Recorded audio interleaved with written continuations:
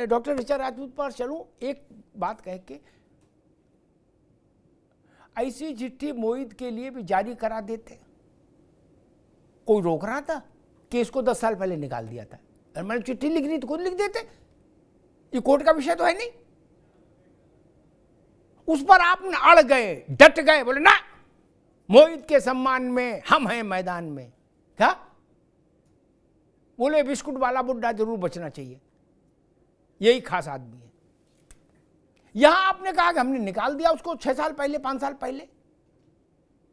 अब जो प्रमाण आ रहे हैं वो प्रमाण इस बात का खंडन कर रहे हैं कि आपने निकाल दिया, तो स्थिति और खराब हुई। मुझे लगता है समाजवादी पार्टी को ये रणनीतिक स्तर पर भी सोचना चाहिए था कि जो आदमी कल तक आपके मंच पर था, और मंच भी छोटा नहीं, राहुल गांधी और अखिलेश यादव ऐसा वहां के लोग कह रहे, और दूसरा उसके अभी जुलाई में, इसी जुलाई में जो बीता महीना, उसमें उसकी मां का निधन हुआ, नवाब सिंह की। क्या समाजवादी पार्टी के अधिकृत उससे वक्तव्य नहीं जारी हुआ? हुआ ना। तो ये प्रश्न है सब का। ऋचा राजपूत, अभी मैं देख रहा था आप काफी मुस्तैदी से उस पर सोशल मीडिया पर जूझ रही थी लोगों के साथ, इस पर कन्नौज की घटना पर। क्या स्थिति? समाजवादी पार्टी कह रही है कि भारतीय जनता पार्टी ने षड्यंत्र किया है कन्नौज में, हमारा तो आदमी ने, ये तो भाजपा की तरफ ही चला गया था अपराध करने से पहले। वहां की भाजपा कह रही है कि नहीं ये सफाई का आदमी है, तो अब ये तो फुटबॉल हो गया नवाब सिंह यादव। नहीं जी, बहुत बहुत धन्यवाद अमिताभ जी पैनल में शामिल करने के लिए। इस वक्त समाजवादी पार्टी के बयान जिस तरीके से आ रहे हैं, तो बिल्कुल इनकी पार्टी को, अपनी पार्टी का नाम ना सीरियल बलात्कारी पार्टी रख देना चाहिए। मतलब बलात्कारियों के सम्मान में समाजवादी पार्टी मैदान में। और सबसे बड़ी शर्मनाक बात यह है कि जो समाजवादी पार्टी की कद्दावर महिला नेताएं हैं, वो इस बात का मांग कर रही हैं कि डीएनए टेस्ट कराओ, नार्को टेस्ट कराओ। ये एक पॉक्सो एक्ट को नहीं समझती, ये चाहती हैं कि जो कानून और जो संविधान महिलाओं की सुरक्षा, बच्चियों की सुरक्षा के लिए बना है, उस पे ताला लगा दो। और जो सरिया कानून कहता है कि बलात्कार के समय पे 4 गवाह होने चाहिए, तब माना जाएगा कि बलात्कार हुआ है, ये इस तरीके के घृणित बयान दे रहे हैं।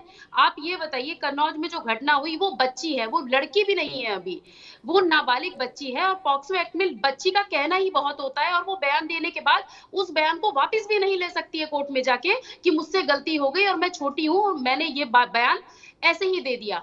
उस बयान पे ये कह रहे हैं कि उसकी नार्को टेस्ट कराइए। और जिस नवाब सिंह यादव की ये बात करते हैं, मैं अपने समाजवादी पार्टी के प्रवक्ता को बताना चाहती हूँ कि जब ये आगरा लखनऊ एक्सप्रेसवे बना था, उस समय जितनी भी आसपास की जमीनें किसानों की थी, उस समय पे नवाब सिंह यादव ने ही वो किसानों से खरीद के बाद में सरकार को महंगे दामों में बेची थी। और उस समय जो आपके कन्नौज के एडीएम थे रमेश चंद्र यादव जी, जो उस समय पे मतलब 8 जब तक डिंपल जी वहां रही, वो वहां डीएम से ऊपर मजबूत आदमी कहलाए जाते थे। 2017 में चुनाव आयोग ने उन्हें हटाया कि आप इस तरीके से अपनी मनमर्जी नहीं कर सकते। जो एक शब्द आपने इस्तेमाल किया, मिनी सीएम, नवाब यादव वहां मिनी सीएम थे। और कमाल की बात है, डिंपल जी के 8 साल तक मजबूती से जन प्रतिनिधि रहे, लगातार मंचों पे देखे गए अखिलेश यादव जी के साथ, और आज ये कह रहे हैं कि वो हमारी पार्टी से निकाले गए। दूसरा, अयोध्या के मामले में देखिए, इससे ज्यादा क्या गिरा हुआ बयान होगा कि एक 12 साल की बच्ची के लिए अखिलेश यादव कहते हैं डीएनए टेस्ट कराओ। कमाल की बात है, बच्ची गर्भवती है, मतलब किसी ने तो उसका बलात्कार किया है। अब ये कह रहे हैं कि बलात्कार करने वाले का डीएनए टेस्ट कराओ। ये नहीं दिख रहा है कि 12 साल की बच्ची के साथ गलत कार्य हुआ, 12 साल की बच्ची के साथ आप मजबूती से खड़े रहो। महिलाएं बोल रही हैं, 37 सीटें जीतने के बाद ये हालत है। मैं पूछना चाहती हूँ सपा के प्रवक्ता से, आप बताइए कि 4 साल सरकार में अखिलेश यादव जी ने 2016 में प्रत्येक 2 घंटे पे एक बलात्कार होता था, और पूरे साल में लगभग 4816 बलात्कार हुए। आप बताइए मुझे कि किसी पे भी डीएनए और नार्को टेस्ट की मांग की गई आज तक? कि नार्को और डीएनए, अभी इन्होंने एक शब्द सुन लिया है कि हमारी साइंस ज्यादा डेवलप कर गई है, आप नार्को और डीएनए टेस्ट करा लीजिए। इनके गायत्री प्रजापति बलात्कार का आरोपी, वो पुलिस सुरक्षा में भाग गया था, उनको वहां पर जाके सुरक्षा दी थी अखिलेश यादव जी ने। इस तरीके के ये बयानबाजी कर रहे हैं। दूसरा, नावेश शिको जी ने एक बात बोली है कि बाबा की सरकार क्या करी है। बाबा की सरकार में तो बुलडोजर बिल्कुल में डीजल फुल चल रहा है, तभी अपराध होते ही वहां पर उनके पे कार्रवाई होती है। फर्रुखाबाद की एक घटना है जहां पर कप्तान को पुलिस वालों ने पीट दिया था, इतना यादववाद हावी था उस समय पे। तो ये आप समझिए कि इस समय पे अगर अखिलेश यादव जी सत्ता में होते तो क्या ये एफआईआर लिखी जाती? सामने सामने घटनाएं हैं, सामने सामने गवाह खड़ा है और उसके बाद ये कह रहे हैं कि इनका डीएनए टेस्ट कराइए। तो आप ये बात मत करिए। आज चंदौली में अभी जो एक उपचुनाव होने वाला अम्बेडकर नगर में एक वीडियो वायरल हुआ है जहां पर 2 यादव लड़कों ने बाबा साहब अम्बेडकर को भद्दी-भद्दी गालियां दी हैं। आपने संज्ञान लिया क्या उसका कि क्या मामला था? इसी तरीके से एक और वीडियो वायरल हुआ है जिसमें चंदौली में अभिषेक यादव और सुनील यादव इन लोगों ने महिला के संग छेड़छाड़ करी है। अरे तमाम घटनाएं रोज हो रही हैं, आप उठा के देखिए तो टीवी में क्या चल रहा है इस समय पे। बाबा साहब अम्बेडकर के नाम पे, पीडीए के नाम पे आप वोट मांगते हैं और खड़े होते हैं शरिया कानून के लिए। मोहित खान और आपका ये जो दूसरा नवाब यादव है, दोनों में क्या फर्क है कि वो खान है और ये यादव है। यादव में भी केवल परिवार का आदमी जब होगा ना तब आप उसके लिए स्टैंड लेंगे, नहीं तो आप हमेशा एक विशेष एम समीकरण के लिए खड़े होंगे। जिस तरीके की घटनाएं। ठीक है ऋचा जी, रुक जाइए। कीर्ति जी, बीजेपी कह रही है कि आपने तो अपराधी में भी भेदभाव कर दिया, एम है तो उधर ट्रीटमेंट दूसरा बोले, बाकी कोई है, इवन यादव भी है तो बोले नहीं इधर ट्रीटमेंट दूसरा। कीर्ति जी, ऋचा जी जो बात कर रही है, मैंने पहले कहा कि सबसे महत्वपूर्ण बात यह है कि हमने पहले कहा कि हम बेटी के साथ हैं और बिटिया के साथ अगर गलत हुआ तो उसके खिलाफ कार्रवाई करनी चाहिए। योगी आदित्यनाथ जी को रोका किसने कार्रवाई करने से? कार्रवाई करे, चाहे वो जिस पार्टी का हो, किसी ने रोका क्या उनको कार्रवाई करने से?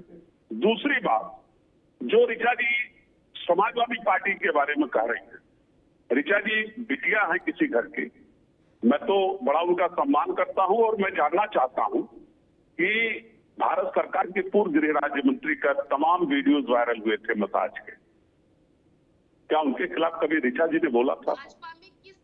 बीएचयू के घटना के खिलाफ क्या ऋचा जी ने कभी बोला? सुनिए मैं बहुत आगरा के अंदर जो एक मौर्या बेटी के साथ हुआ, भारतीय जनता पार्टी के लोग उसमें शामिल थे, क्या उस पर ऋचा जी ने बोला? कभी बोला इस बात को? ऋचा जी को शर्म आई?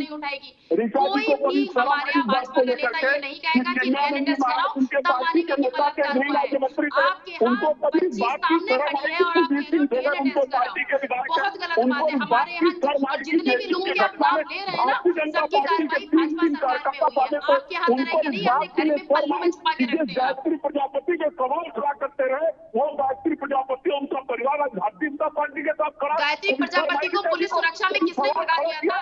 किसने उसका पक्ष रखा था? कीर्ति दीदी जी सुनिए, हमारी पार्टी में किसी भी कार्यकर्ता पे अगर एक भी आरोप लगा है तो महिला छोड़िए, पुरुष ने भी डीएनए टेस्ट का मांग नहीं किया है। आपको अपने डीएनए टेस्ट का जांच करानी चाहिए। जो आपके नेताजी कहा करते थे कि लड़के हैं, लड़कों से तो गलतियां हो जाती है, फांसी में क्या हम फांसी दे देंगे क्या किसी भी पीड़ित को? आपको अपना डीएनए टेस्ट कराना चाहिए। आपको अपने यहाँ के जो कार्यकर्ता तैयार हो रहे हैं लगातार अभी हाल ही में कानपुर देहात में एक सभा नेता महासभा की जिला अध्यक्ष उनके पति ने अपहरण के लिए दोनों के दोनों जेल में गए, 50 लाख का उनको जुर्माना लगाया गया, 10 वर्ष की उनको जेल हुई है। देखिए माननीय प्रवक्ता जी, आपके इस तरीके से कहने से आपकी मानसिकता जो आपकी पार्टी है ना सीरियल बलात्कार पार्टी, उसकी सोच बदलेगी नहीं। आपकी समस्या क्या है कि बलात्कार सुनते ही आपके कान खड़े हो जाते हैं। अरे बलात्कार है तब तो ये मेरे नेताजी के पद चिन्हों में चल रहा है और कह रहा है कि लड़के हैं, लड़कों से गलतियां हो जाती है। एक बात का जवाब दीजिए, एक बात का जवाब दीजिए कीर्ति निधि जी, हमारे यहाँ किसने डीएनए टेस्ट की मांग करी है? किसने नार्को टेस्ट की मांग करी है? केवल एक चीज का जवाब दीजिए, किसने डीएनए टेस्ट का मांग करा है? किसने डीएनए टेस्ट की मांग करी है? किसने डीएनए टेस्ट की मांग करी है?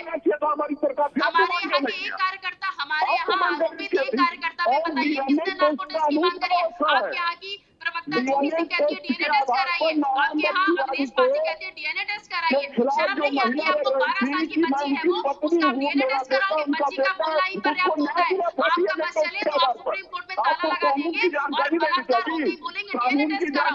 मतलब अगर किसी लड़की मेडिकल टेस्ट में आरोपित नहीं आती है तो आप बोल दोगे उसके साथ बलात्कार नहीं हुआ है। आप लोग तो बलात्कार को बढ़ावा दे रहे हो। आप मुझे बताइए ना, अगर मेडिकल टेस्ट में किसी का मेडिकल सैंपल नहीं आता है तो क्या बलात्कार नहीं हुआ है? छेड़खानी के लिए जो जो संविधान ने महिलाओं को ताकत दी है वो गलत है। ठीक, मैं दोनों को रोकूंगा, दोनों को रोकूंगा, कीर्ति जी को भी और ऋचा को भी, ऋचा को दोनों को रोकूंगा, दोनों। एक मिनट पांडे जी रुको भाई, रुको, अरे रुक जाओ। नावेद को डीएनए बड़ा चर्चा चल रही है, क्या हंगामा मचा डीएनए पे। मुझे कोई बुद्धिजीवी ये मेरा ज्ञानवर्धन करे कि महिला के साथ या बच्ची के साथ शील भंग की कोशिश की गई, क्या अपराध शास्त्र कहता है ये दंड के योग्य अपराध है।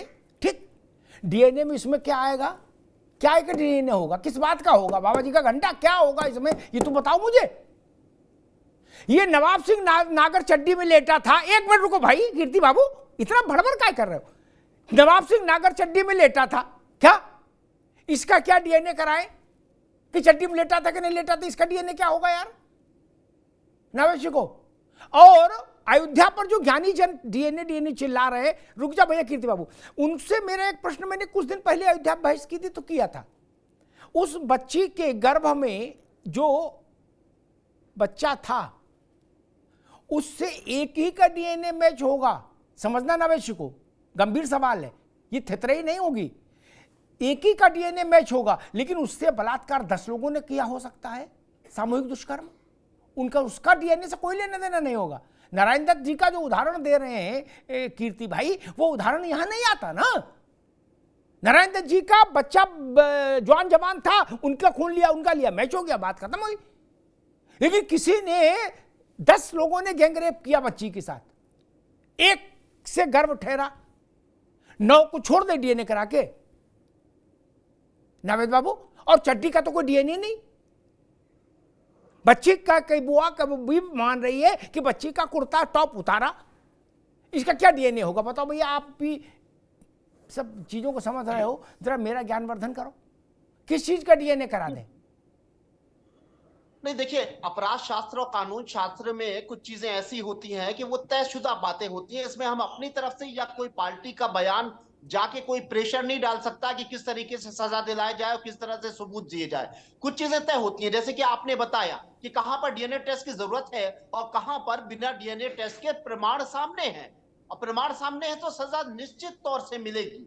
हर जगह डीएनए टेस्ट नहीं होता, ये बात आपने बिल्कुल सही कही। जहां पर प्रत्यक्ष रूप से प्रमाण सामने हैं वहां पर हमें जांच की जरूरत नहीं है।